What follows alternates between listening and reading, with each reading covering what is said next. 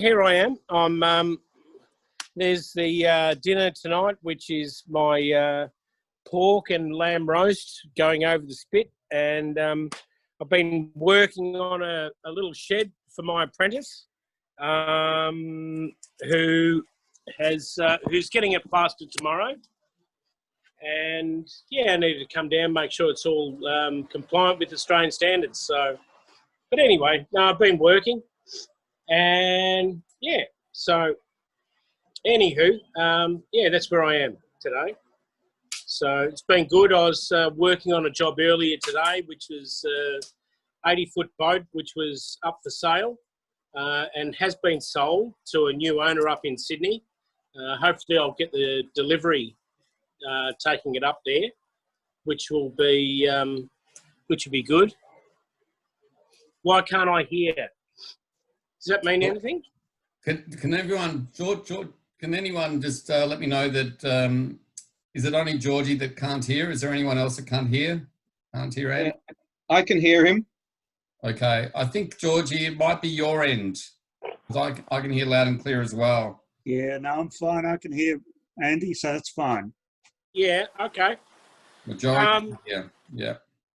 Yeah, so anyway, so today's work was up on a boat this morning at 8:30 and to meet a surveyor that was going over a vessel and for the potential new owner that I believe has purchased the vessel, which I believe is in the vicinity of $3.3 million. Well, I can't even imagine that, but some people have boats like this. So anyway, so that was this morning, and then after I went through the whole vessel with the owner, I then packed up and come down to Malmesbury to do this job for Lockie, my apprentice, my new apprentice that I've just taken on, which has been quite an interesting little challenge in itself. So, by the way, I do know Georgie and Tim do have a drink, so I'm going to say a lot. So that being said, so Tell us from the beginning. Tell us from the beginning when you started at Hobson's Bay Yacht Club, Andy. Okay. Well, I started when I was quite young. My parents bought a very small boat, a Columbia 22, called Time Out, which, funnily enough, my son now owns through just by chance. And the guy that I finished my apprenticeship through, the only way that I could get time off work was to say, hey, Hack, you want to go out sailing? And it was always oh, yeah. So we always used to jump on Time Out and go out sailing. So that's what we did. So long and the short, he owned the boat for many years. It got taken to his backyard. He needed to do renovations and needed to move the boat on. And he said to myself, hey, Andy, would you like a boat? So I took that boat on as Zephyr's first boat. Was what was it? It was a 24-foot Endeavour, actually. And we did a lot of work on that, got it all fixed up, and that was great. So we did that. Now he's got Mum and Dad's old boat that I used to sail on when I first learned. We did that. Mum and Dad sold the boat to my boss at the time, and they bought a boat called Idler. Idler was a 30-foot Klansman, which I then purchased off of them when they bought their boat after that, which was Tom Bowler, which was a Morris Griffiths 34, I believe. And they did their thing, sailed down in Tassie, and I had Idler, which was my little dream at the time. I was still in my 20s, and I purchased my boat off my mum and dad, for the same price they paid for it, which I wish someone would buy Fiji Express for the same price I paid for it. But either way, it is what it is. And yeah, so I bought Idler. I sailed up the east coast of Australia in the year 99, 2000. Sailed up to Byron Bay, caught up with friends there. Had the time of my life, met up with Joe Adams, spent some time on his boat and talked to him about boats and about sailing and about the concept of what made a good sailing vessel. And his was that it needs to be easily driven, which really sort of,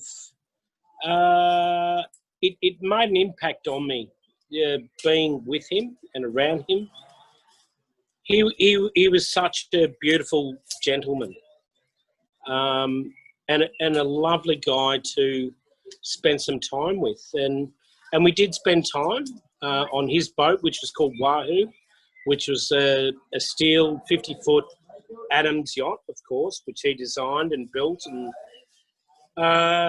it was a lovely boat. I always wanted to buy it, but I never did buy that boat.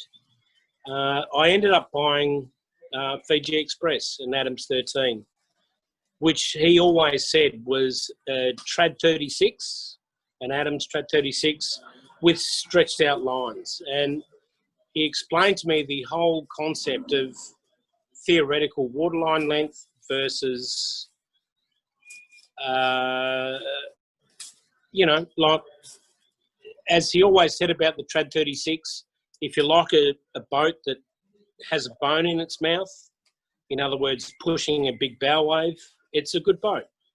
I've always loved the Trad 36, by the way. I always wanted one myself because of their cruisability and downstairs and what they were. I did fall in love with the Trad 36, but his thought was that the Adams 13 was far more efficient and ultimately a better boat, easily driven, which I always found. And his words to myself when I was looking at boats and looking at his and all the rest was, if anyone actually tells you that an Adams 13 is hard to sail or a handful, they're a racer and they're putting too much sail up. And that if you undersail the boat, which is ultimately what he designed the boat for, his words verbatim, he designed the boat for himself. He designed the boat to cruise. He designed the boat to be easily driven with small sail. And his words also were that if you put too much sail up, they will become a handful. And it is true. I've always known that with Fiji and my sailing of it, that if I undersailed the boat, it went exceptionally well. As soon as I oversailed it, it became a handful. So it was all about just being mindful of that. But that was his thing. So anyway, that was Fiji Express, and I had many, many years of, people were struggling for, 5 crew or 3 crew or any crew. And it was always, in the day, Fiji Express was, I had the problem that I'd have 24 crew, and I'm looking at life jackets and going, oh shit, have we got too many people on board? But they were great days. I honestly look back at those days of Fiji Express and myself and the joy that I did have with Fiji, with very, very lovingly. It was a beautiful time in my life. It really was. Unfortunately, the tables turn, things happen. I went through a separation with my partner, had a child, and unfortunately, things did change, which was a real shame and really quite heartbreaking. And it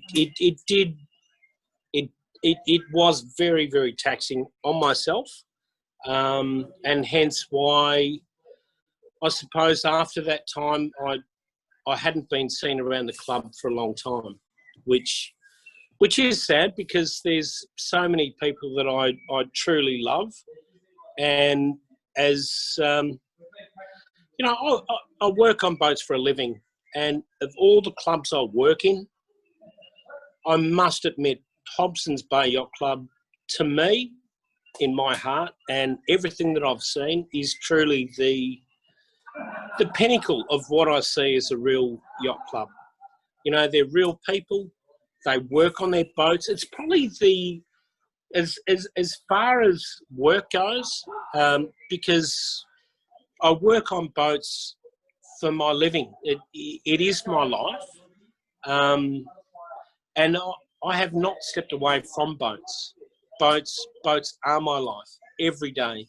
I'm on a boat every day, and yeah, I'm not down the yacht club as much as I used to be. But what I am is I'm working in the marine industry, which is what I really do enjoy.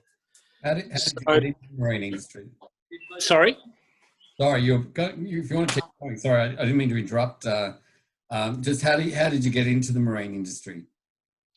Well, it's quite funny. I went away with my partner, who I had my child to, and when I came back, I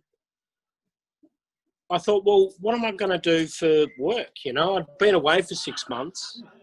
I'd been away for quite a while, and I thought, well, what am I going to do? So, as anyone does, as I did, I got a bit of paper and I wrote out a list of contacts and people that I should talk to get more work. So at the bottom of the list was Graham Geary, GGM Group, which was a marine a shipwright / electrician, used to work for Bernie Webber. And he was at the bottom of the list, and I turned the list upside down. And instead of contacting the person at the top of the list, I contacted the person at the bottom, which was Graham Geary, because I honestly thought that working on boats was just going to be something that was just like working on houses or doing something that was a bit, I don't know, a bit garbage, a bit naff, you know, like nothing really exciting. Before that, I was working with the likes of Toyota, Ford, Coca-Cola, Amatil, Visiboard, and doing, industrial control. So dealing with robotics, automation, and all of these sorts of things, which in my heart, it pushed me to my limit. And it made me try to be the best electrician I could be. And working on houses, it just felt lame, you know, and working in industrial, it did feel lame. So anyway, me being lame, I actually took that option, and it was actually quite a shock to realise that working on boats was not lame, and that it actually took up a lot of the knowledge that I had learnt through my career as an electrician, and I combined them with my passion of working on boats. And, you know, like the most basic thing, the boat I was working on today, I was called at, 7 o'clock on a Sunday night saying, my boat's flooding. And it's like, what's the problem? The toilet is flooding the boat. You know, it's a very expensive boat. And what had happened is in more expensive boats, they don't use salt water to do the flush of the toilets. They use fresh water from the tank.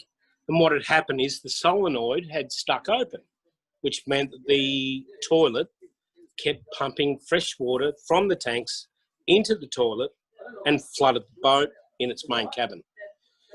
So it was, you know, it's just one of the small things, which is, you know, these boats are not basic operations. They're actually machines, and they're very expensive machines, which their owners are really quite precious about.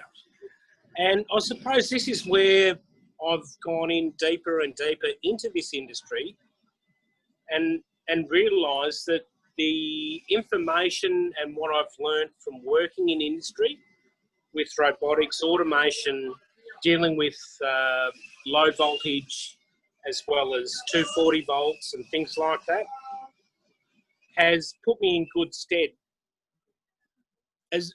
Should I also add, having a passion of boats and understanding what is required on the boats and what is important on the boats, and understanding, and I quite often find I'm more passionate or not passionate, but more understanding of the requirements of the boat in the situation that's being used in, simply because I understand or I've looked into the situations that boats are used in. In other words, if you're heading out to sea, like I'm thinking of, there was a book that I read when I first started really studying up on it. And I was more an electrician that had a yacht at Hobson's Bay, which was idler, before I took off. And it was just study. But all of that study has come back, and it's like preparing a boat for sea, you know, and it's trying to have a good understanding of what a boat requires. Where do you mount equipment in a boat? Do you mount it on the sidewalls? Well, no. Well, the boat can take water, and then the electrical equipment can get damaged.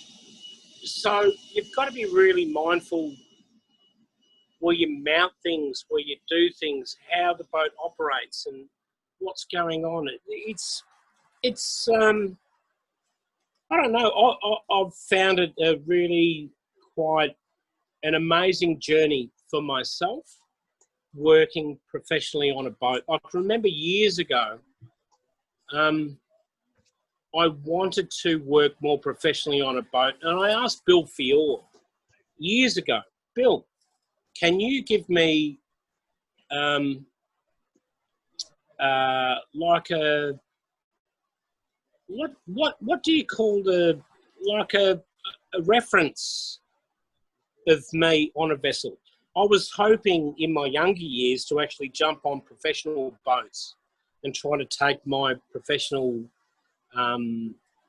knowledge of what I did into marine, like working on some of the open boats or the Volvos or whatever. But, you know, things happen. I've got a family. I want to stay at home. I don't want to do that anymore.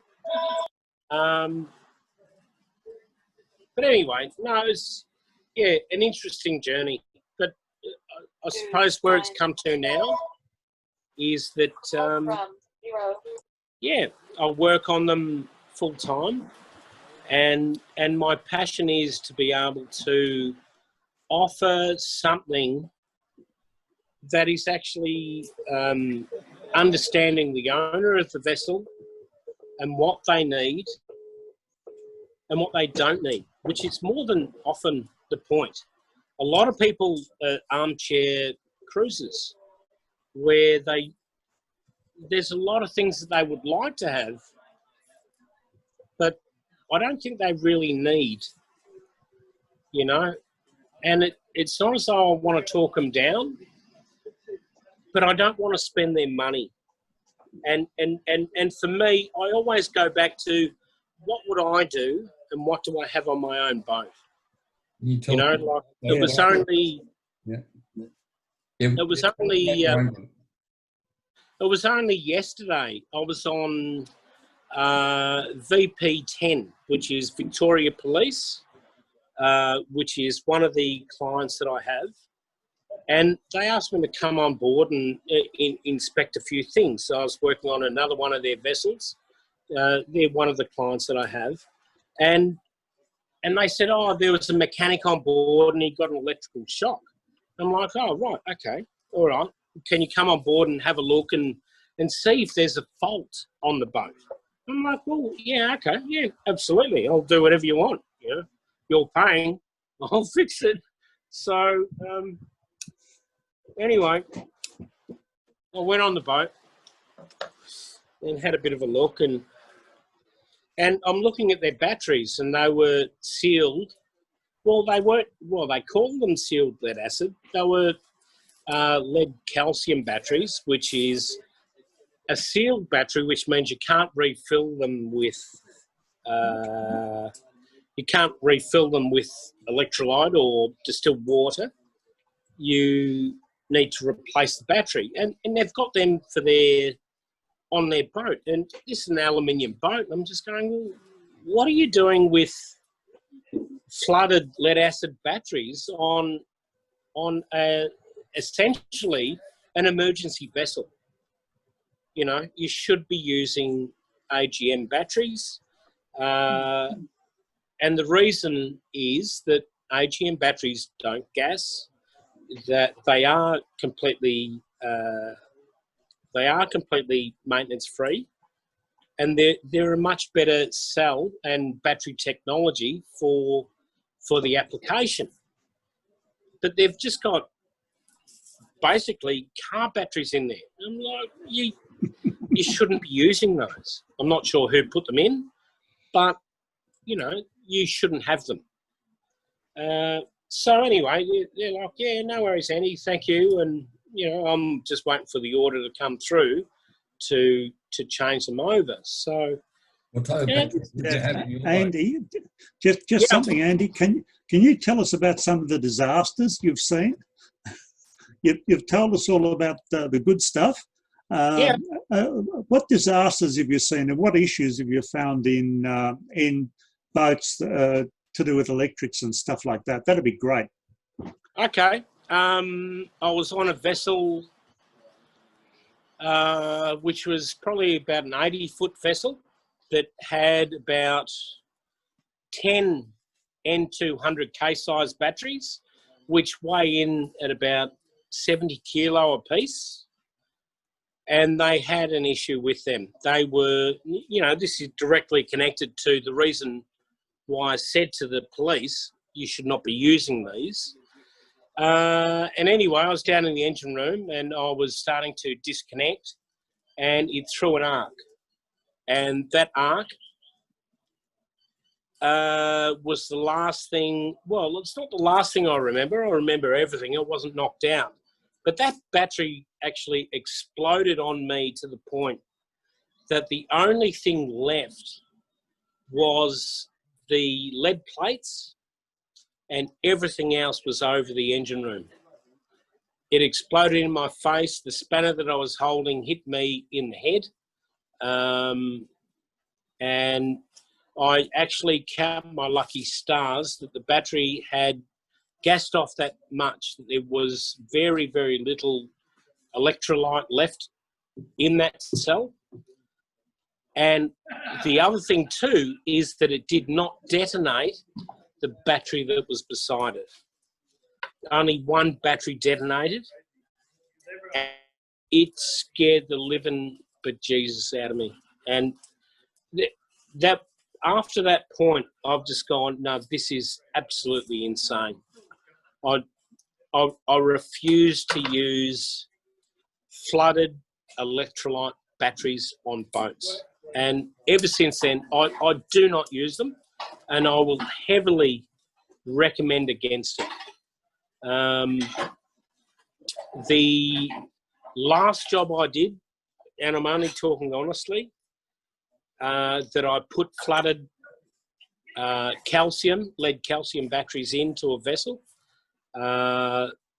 It was 2 weeks ago, and the owner was very tight, and his instruction was, I'm selling the boat.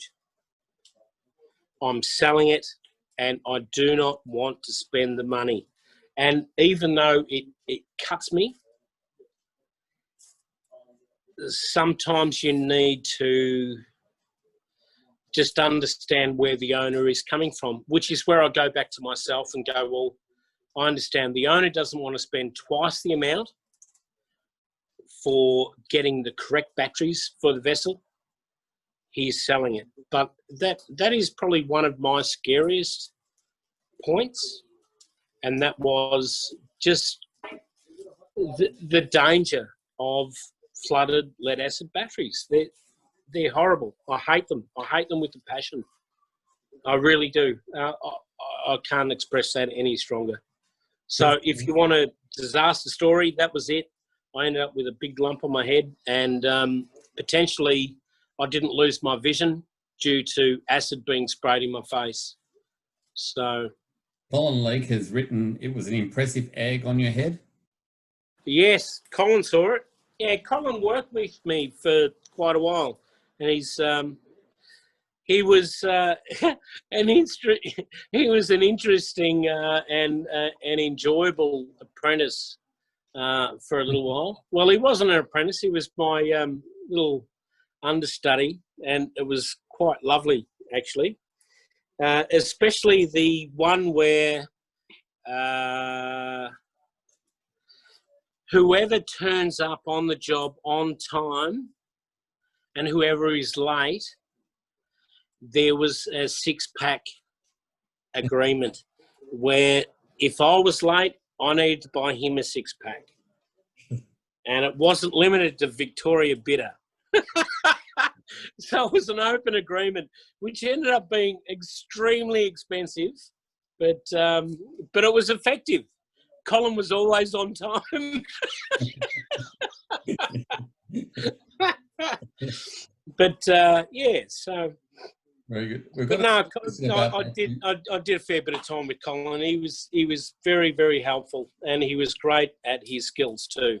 You know, where I always used Colin was more around the computer-based stuff, where, you know, I don't try to overstep my knowledge and what I do. You know, there's better people out there, and with Colin, he was always really good at doing the you know, at doing the more technical stuff, computer-based stuff, which was, yeah, it was great, you know, and that's what you need, you know. I can't cover all bases, and as I've always said, you know, my base is in electrical, licensed electrician. I'll give certificates for, you know, all the surveyed vessels and commercial vessels in Melbourne, and I do a lot of things like that. But when I need specialised people, you know, that's when you look outside, and that's when I always found when I was working with Colin that, yeah, that was his speciality, and he was great. He really was. The other thing that I'm sure that Colin would know is, and fuck, he hated me. And it was like he'd wire something in, and I just go, Colin, is it right? Because he'd just wire something in, and it wouldn't be like, for me, it wasn't perfect. And I'm like, Colin, is it right? Well, no, it's okay. No, pull it out, do it again. And he soon learnt that there was only one way to do things, which was the right way. And, you know, honestly, I did love my time with Colin, and yeah, I would work with him again, but he's so busy with his own stuff that, you know. So Colin says he taught you taught him a lot, and you also got him drunk. So there you go. So yeah, he was on time. Yes, that's right. Just got a question about. So we'll go back to electrics. Just about batteries, Sure. lithium-ion batteries on boats. Which ones? Lithium-ion. Okay. To be quite honest, I don't deal much with them.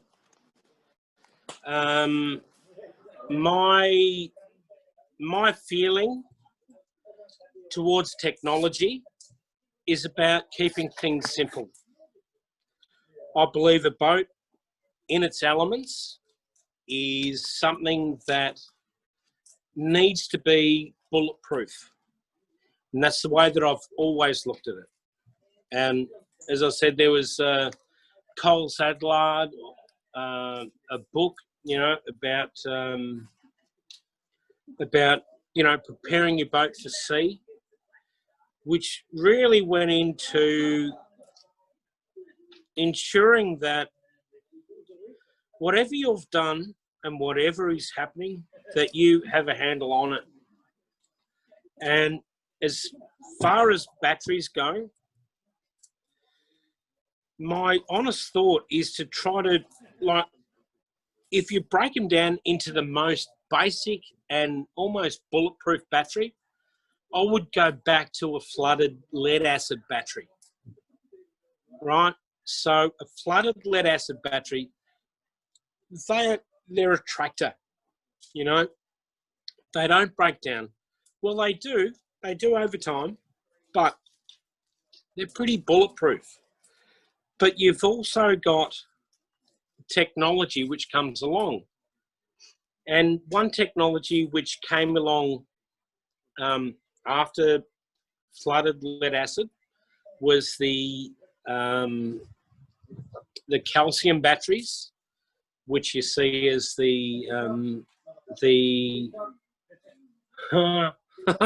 I've got people haranguing me here. Anywho, you've got calcium batteries, but they still gas off. So as far as I can see, I see for the general applications of boats where they can be draining batteries down and a cyclic application, you're looking, I always favour, because they've got high CCA as well, which is cranking amps, which is AGM batteries. They're a very good technology. They've been around for a long time, and they're pretty proven, And as far as I'm concerned, if I go into a boat and I do something, I don't want a callback. That callback costs me any profit that I made from the job and potentially headaches. So what I always look at is reliability and dependability. The issue that I do have with lithium, lithium is great, but the thing with lithium is you need the whole charging system engineered to take a lithium battery. If you don't have that, you're going to sacrifice the life of the lithium and in my eyes, I could be wrong. Please, open to other people. But my thing is, they've got different charging rates. They've got different maintenance issues.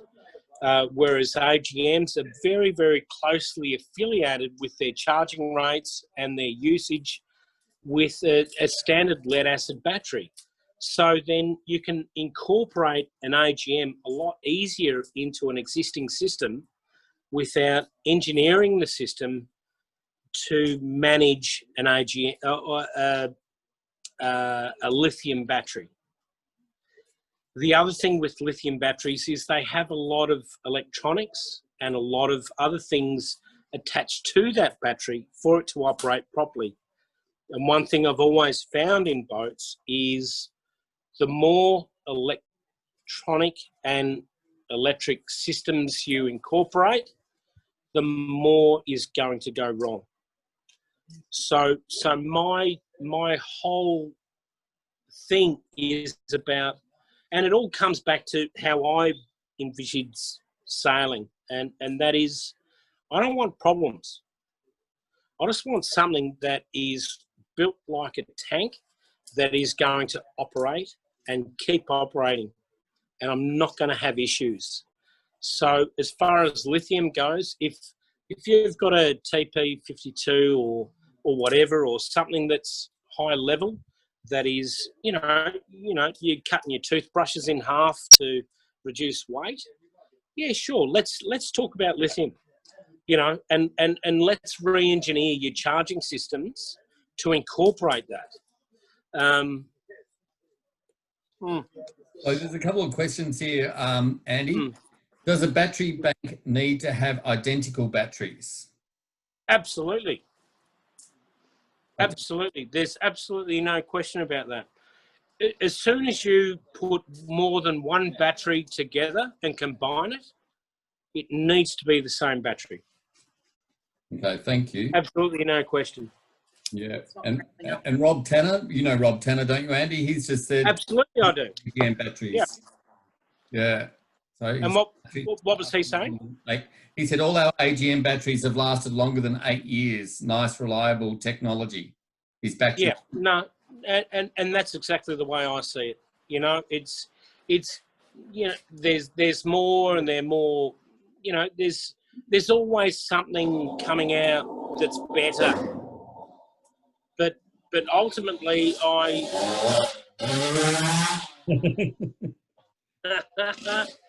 that's the chainsaw. Sorry. But no, but quite honestly, and that's the other thing too. I do find, and I think a lot of people forget, and a lot of the jobs that I go on to, people go, "Oh, my batteries kept dying every 2 years." And I keep having to replace them. Quite often what the problem is it hasn't been designed properly. In other words, your charging systems haven't been designed properly. The application of the batteries aren't used properly. So it's more about trying to, and this is where I walk in and try to do my best to actually look at how they're using them, how they're recharging them, and ensure that their charging systems are correct for the batteries, that they're not being overcharged.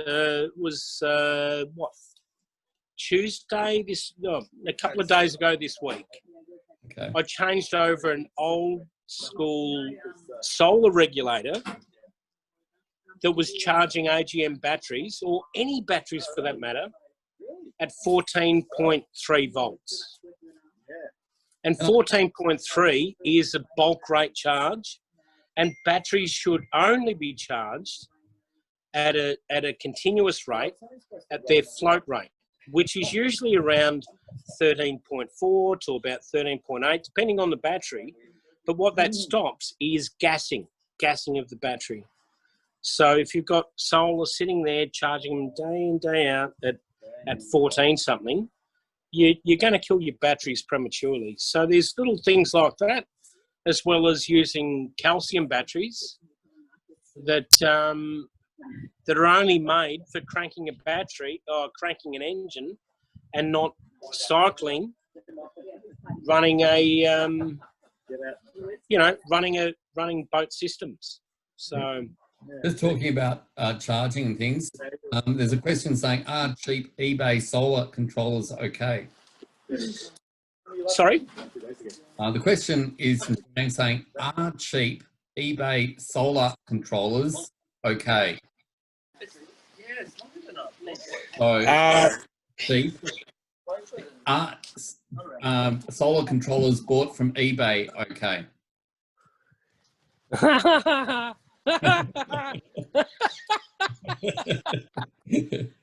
Yeah, absolutely. They're awesome. Yeah, the cheaper the better. The cheaper the better. Yeah. So you don't purchase off eBay then, Andy? No, well, everyone will advertise anything as being great. Yeah. Yeah. The thing is, what actually does the job, which is why, quite honestly, I've got my brands that I stick to, which support me in what I do, i.e. Victron Energy, are a great brand that I use. Enerdrive are also quite good. There's also many other brands too, but for my thing, I need to be secure in whatever I install. I can, first of all, support and know that I have support behind me. But the other thing too is that it's going to do the right job. And once I've found something that is doing the right job, for me to then jump on the next best thing is, yeah, I take that as a no. Yeah, absolutely. So for me to jump on the next best thing is suicide. You know, if I destroy a set of batteries, and as I always say, you know, people spend good money on batteries, but quite often it's the cheaper components that will compromise the batteries, i.e. charging systems, regulators, and all the rest. If you look after your batteries and they're sized correctly for what you want to do, your batteries are going to give you good life. So those people that come back saying, you know, after 2 years, my batteries are stuffed. Quite often there's an issue with the system. More than often, the batteries aren't a problem unless they've been let run completely dry and they're just your, you know, top up type batteries, or they've used calcium batteries, which again is about designing the system and having the correct equipment for the job. You're going to have problems. It's going to give you grief. Right. So that's the way that I look at, you know, your eBay charges, regulators. They'll promise the world, but where are they when shit goes wrong? Just James, who just said, I take it as no, just also said there's a lot of generic AGM batteries out there. So there is. Yeah, there is. thing. Yeah, there is. And once again, I stick to my batteries that I use, which are quite often they're Deca or Lifeline batteries, which are quite often quite a lot more expensive than what you can buy online. And it also depends on the application that you're using them for. Are you using them for cranking?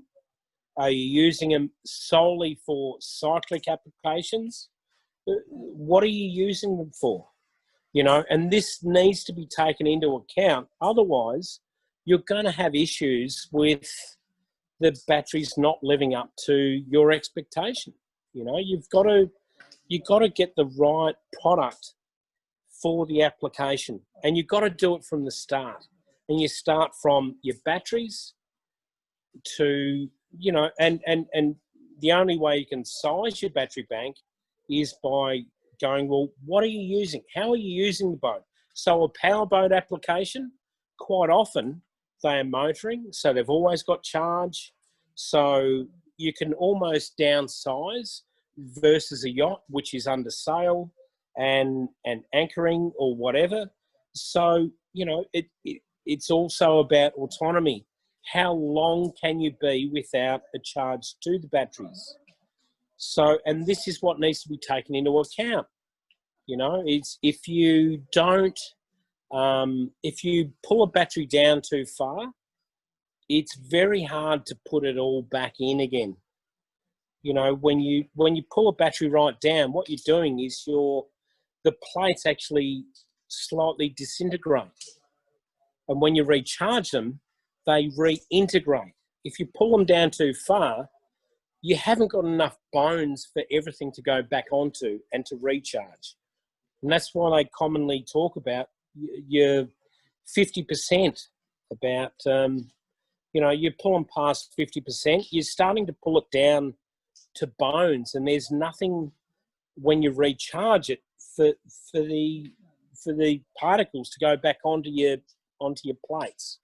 So and this is why also one of the other things that I highly recommend when people are spending good money on batteries is that you have a battery monitor that has alarms and all the rest. And as soon as you get to 50%, it'll actually set off an alarm and go, oh, wow, I'm down to 50%.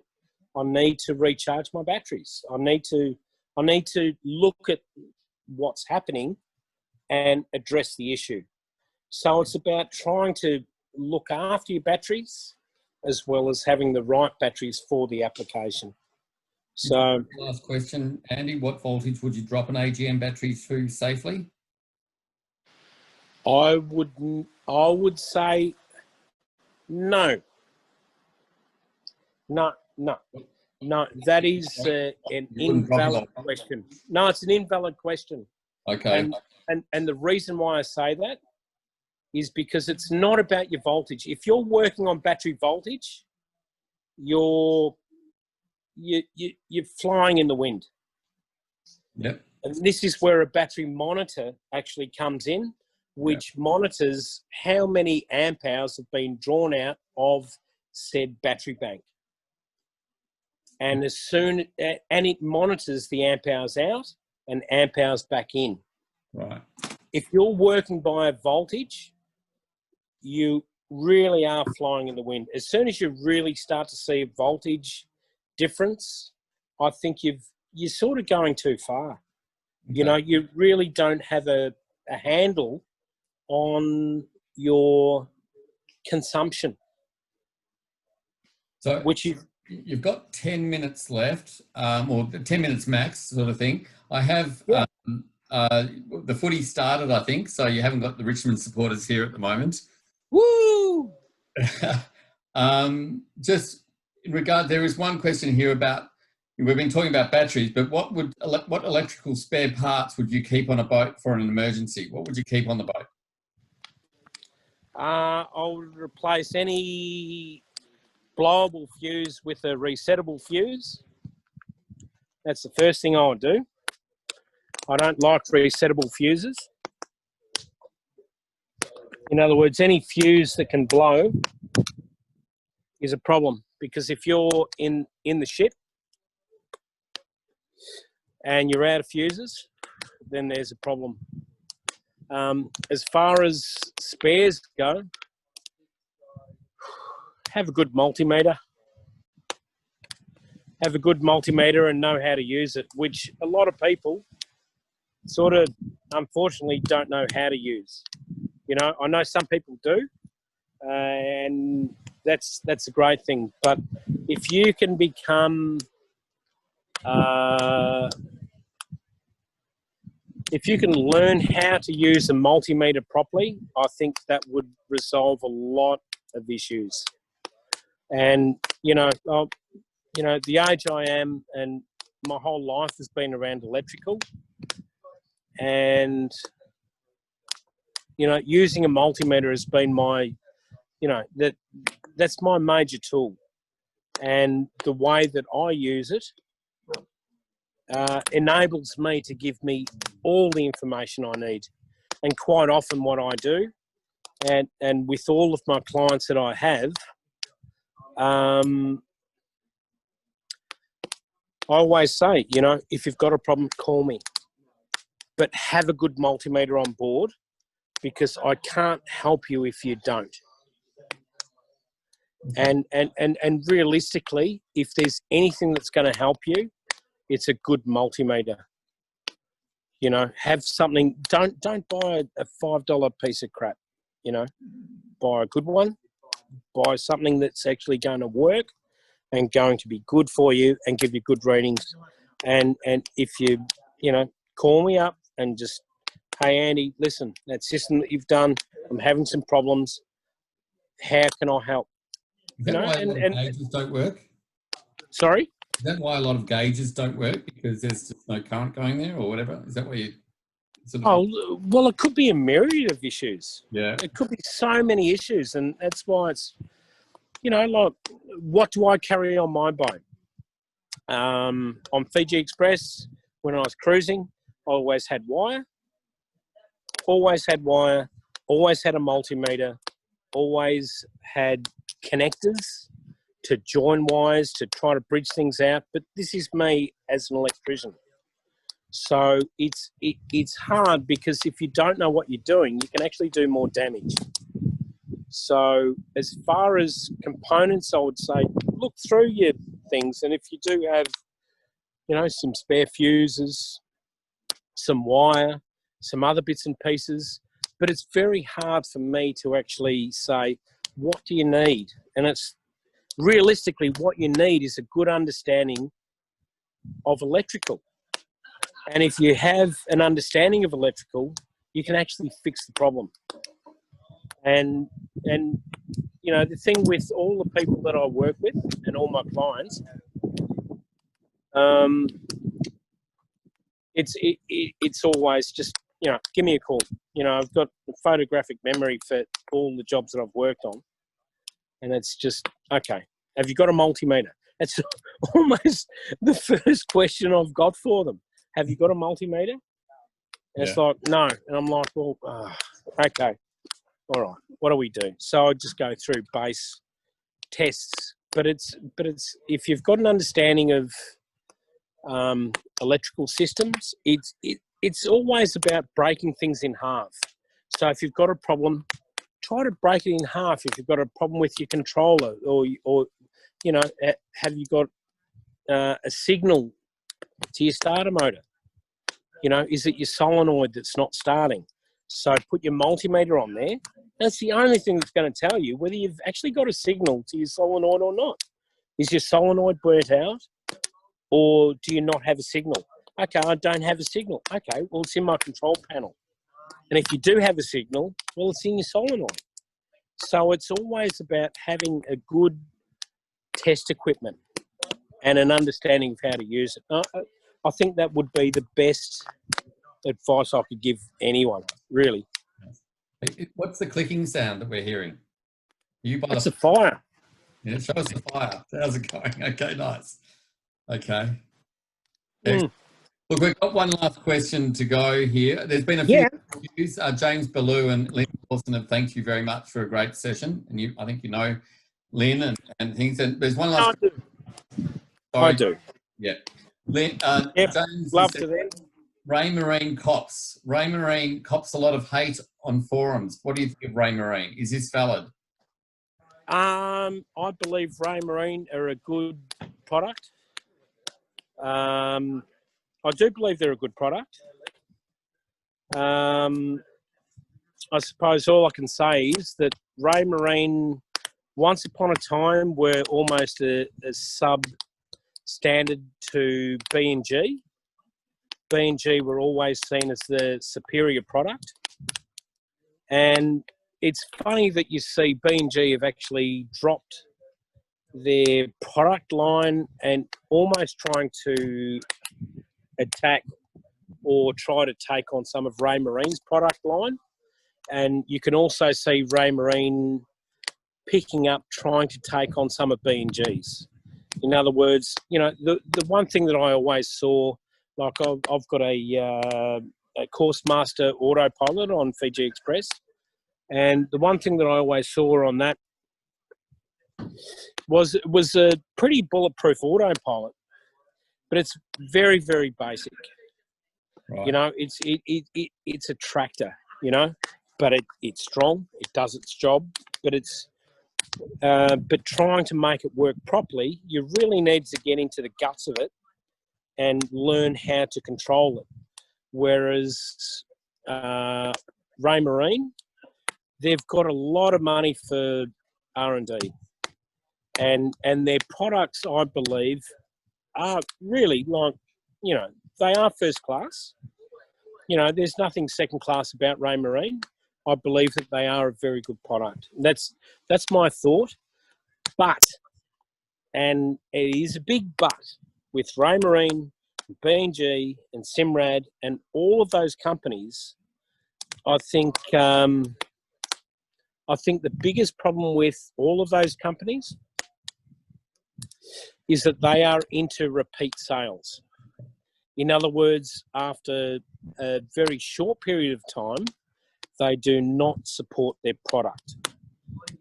And the problem is, if you want to replace or do something to repair, they're unrepairable. There's no parts, which frustrates me to no end. Coming from industrial control and industry, where you could always repair a machine that's worth millions of dollars. It doesn't matter. There's always components, and it doesn't have to be Ray Marine. It doesn't have to be B&G. It can be anything, and you can repair and keep the machine running. Whereas in this industry, I've found they are very insular in the sense that they love. I was doing a job for the Port Phillip Sea pilots, and their radar. Story is it? 1 minute story. Yeah, good. Sorry? 1 minute story, Andy. You're in the end. You're right. Yes, yeah. But no, I was working for sea pilots. Their radar took some water on, and typically you just go, "Oh, your radar stuff. Let's replace it." What it ended up being was like I think it was close to a $15,000 job, and it was replace your whole system because their radar was damaged. Because they didn't have any other radars, and like Port Phillip Sea pilots, they're a commercial industry. They don't buy second-hand products. It's about buying new and about making sure it works. They can't afford for things not to work. But the thing was, the only way that we could make it work to their standard was to replace everything. So new plotter, which is $4,000, new radar, which is another $4,000, and everything else. So it was just a huge expense. Fantastic. So, yeah, so that's how I feel about Ray Marine. What I just want to wrap up, Andy, is first of all, you're available to work on any of our Hobbo's boats, aren't you? You just will give. I mean, you're happy to share your number and things like that if we need to. Oh, absolutely. Yeah. You're around Melbourne. I mean, Lynn's asked where you are because there's no wind in Melbourne at the moment, but it looks windy where you are at the moment. Oh, I'm in Malmesbury. Yeah, Malmesbury, yeah. And it's a good ending because we can't see you anymore, Andy. We can't see you. Maybe I can put my face there. But my face is burning now. Andy, before you go, it's Rob Tanner. Yes. G'day, Rob. How are you? Was that Limitless you were working on today? Absolutely, it was. I didn't see you there, but I was interested to hear that. Thank you. Yeah, no, it was Limitless. So yeah, that boat I believe is sold. Oh, very interesting. Thank you. Yeah, there's another. I think I don't know. I think he's going up to 100 foot now. Oh, right. Thank you. That's good to know. But yeah, no, that was the boat. Are you still working up there, Rob? Yeah, not at the moment, but I will be. Yeah. No one's working at the moment. Well, apparently we're essential services. Yeah, I think so. Yeah, should be. Well, thanks, Andy. Thanks, Andy. Yeah. Andy, we've got to go.